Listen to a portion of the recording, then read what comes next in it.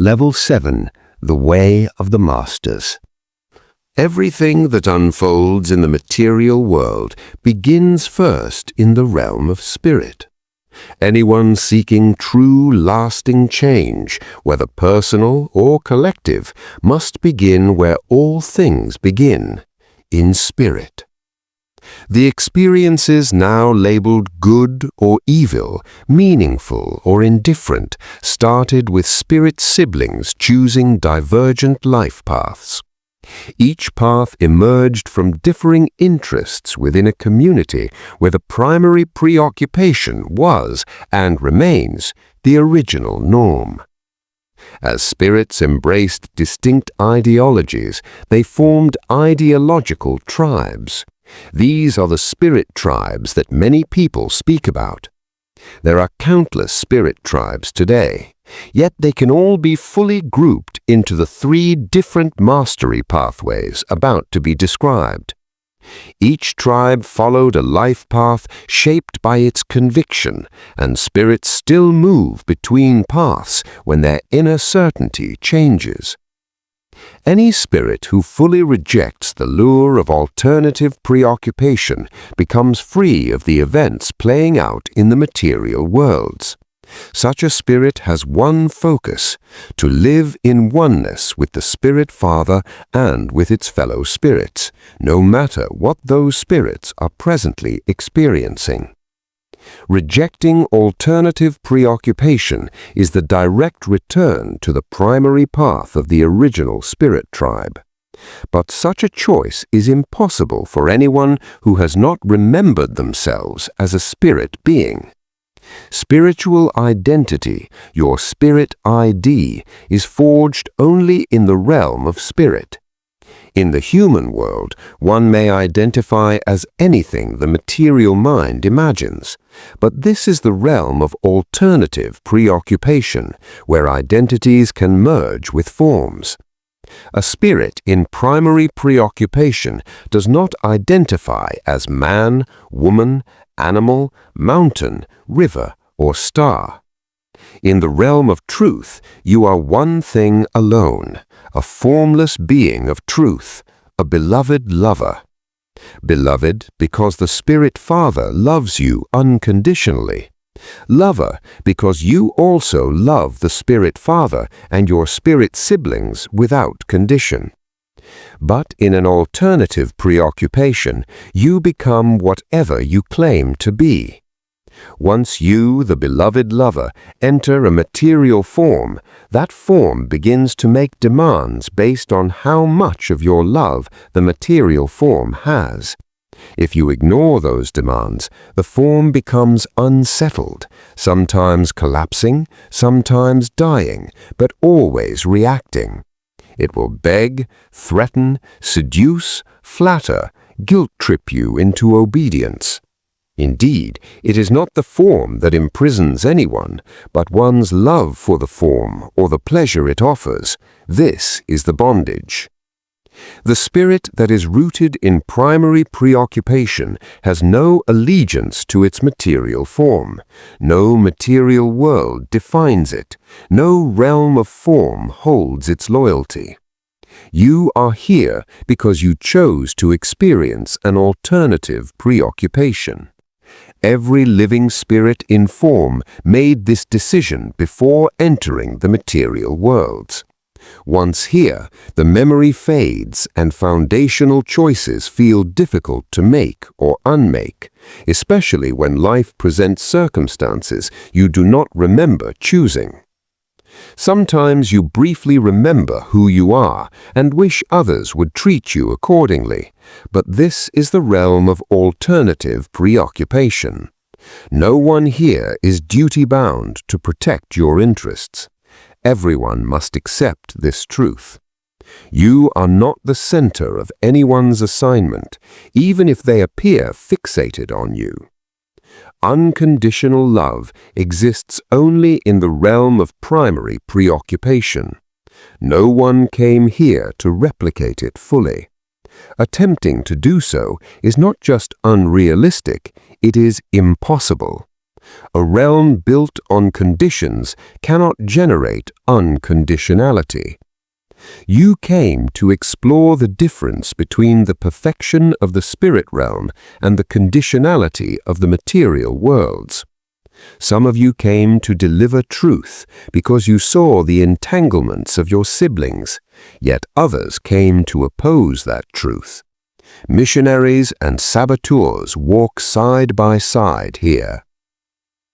Those who carry truth into the world do so through affiliations with spirit tribes committed to such missions. It is not a lone hero's journey. You may have volunteered, answered a call, or been sent. Spirit tribes determine the influences surrounding you in form, the family you enter, the shaping events of early life, the structures monitoring your journey, and the systems that either assist or obstruct your awakening.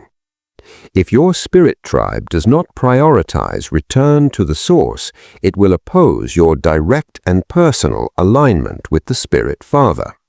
Distractions will be placed before you as opportunities for progress, marriage, work, opportunities, reputation, or even moral performance. Sometimes your own integrity becomes a weapon against your needed transformation, trapping you in the desire to appear responsible, respectable, and admired. To understand your tribe's influence, examine your life against the 3 options presented in Level 6. They reveal your standing more clearly than any external sign. Option 1. Do you wish the world to end so all may start anew? Option 2. Do you wish to refine the world of forms into a near-perfect state? Option 3. Do you seek to watch, learn, and follow the guidance of the indwelling spirit in every moment? All 3 may look appealing, even similar, but their destinies diverge. Only one path leads back to the source, returning all spirits to primary preoccupation. One tribe desires its members free them, another wishes to bind them ideologically. Some simply do not care. Of these 3, one tribe alone is devoted to option 3, aligning with spirit awareness and returning to primary preoccupation. But even if you come from a truth-bearing tribe, the world of forms is rigged to delay you. Truth has been distorted to prolong the alternative paths of certain spirit tribes. This is the tension playing out on Earth. You're faced with spirit tribes that oppose yours and you because your spirit tribe and you came here to establish the truth. To succeed, you need all the help you can get from your spirit tribe. This is only true for those whose tribe wants them to be fully realigned with the Spirit Father in the primary preoccupation. Other spirit tribes cannot understand. If you are trapped in cycles you do not want, step into the spirit realm of your life and make corrections. Choices once made can be unmade. No choice is too foundational for the spirit realm. If you choose in spirit, the material world will rearrange itself to follow your decision. All universal forces bow to the spirit of truth. But if you refuse spirit's counsel, you submit to the shifting winds of the material world. There are no victims, only accomplices. No matter your path, you are destined for mastery. But some tribes sabotage the journey by binding members to ideologies that profit from their bondage. Ask yourself, what are you a master of today? It is an insult to your existence to master nothing. Every spirit being must rise to mastery, and so I welcome you to the path of the masters. Many imagine masters as rare individuals shaped by secret training. Yes, the craftsman may master his craft, but if his students never become masters themselves, his mastery is shamed, even if he prefers to keep them small. Everyone is a master of something. Some are masters of laziness, others of deception. Mastery exists everywhere, but not all mastery restores destiny. This is where my spirit tribe comes in, to guide mastery that restores true glory. Let us examine the 3 types of mastery active in the world today. The master slavers. These are those who make themselves masters over others through pressure, manipulation, or influence. Their tools include force, deception, and domination. They exist in every field and every world of form, driven by wild ideologies. When you pull people into movements they would not choose for themselves, even if it is for their good, you become a slaver. You rely on their inability to exercise full free will. You call it help, but it is not. You're a slaver. The savior mentality is a symptom of something deeper, the belief that you can rescue the world. History is littered with the ruins of spirits who attempted the same. No individual spirit can save the world. Salvation is the personal return of each living spirit to primary preoccupation. Say that to yourself. Salvation is the personal return of each living spirit to primary preoccupation. Personalize it. My salvation is the personal return of my living spirit to my primary preoccupation. Say it to your neighbor. Your salvation is the personal return of your living spirit to your primary preoccupation. If you believe someone else carried your cross for you, you are being used by a spirit tribe that profits from your ignorance. You must carry your own cross, which is the choice to return to your primary preoccupation. That choice is your cross. The good master carries it and advises his students to carry theirs as well. Anything contrary you hear is coming from another spirit tribe. No one can die or rise on your behalf. Only the one who strayed can return. Only the spirit that entered alternative preoccupation can exit it. Identity cannot be outsourced. Master slavers live by claims. They claim divinity. They claim lordship. But claims do not make truth. Ask yourself, are you a master slaver? Who serves you? What do you gain by keeping them bound? The master performers. These masters never sought mastery. Others projected it onto them. People demand that the master performers play the role. Master performers are created by the expectations of the masses and swept into fame by accidents, pressure, or collective fantasies. Fear of disappointing their followers enslaves them. They live false lives because playing along in fake life is paying the bills, but internally they are always feeling empty and exhausted. They appear in every space: religion, entertainment, leadership, social media, and business. Many wish to withdraw into silence, yet remain trapped by fear of public opinion. Their lives become endless performances to maintain relevance. They suffer from the tyranny of the masses. Like someone who cracked an accidental joke that went viral on the internet. Now fans are demanding more viral jokes. If they don't, their fans might get angry. Rarely do these master performers realize who the real master is. They are ruled by their worshippers, compelled to respond to every expectation, terrified of losing validation. They are prisoners of glamour, bright on the outside, withering within.